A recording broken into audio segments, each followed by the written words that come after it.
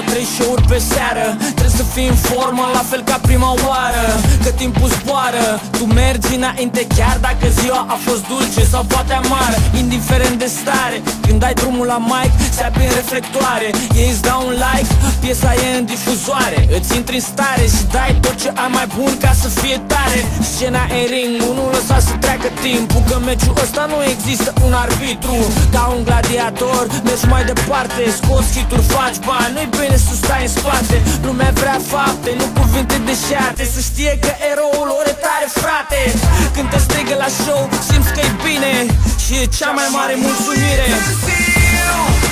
Să schimb ceva, dar nu vreau să fiu altcineva.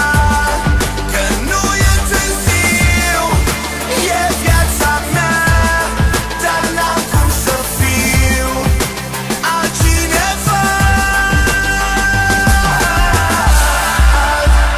Altcineva, altcineva,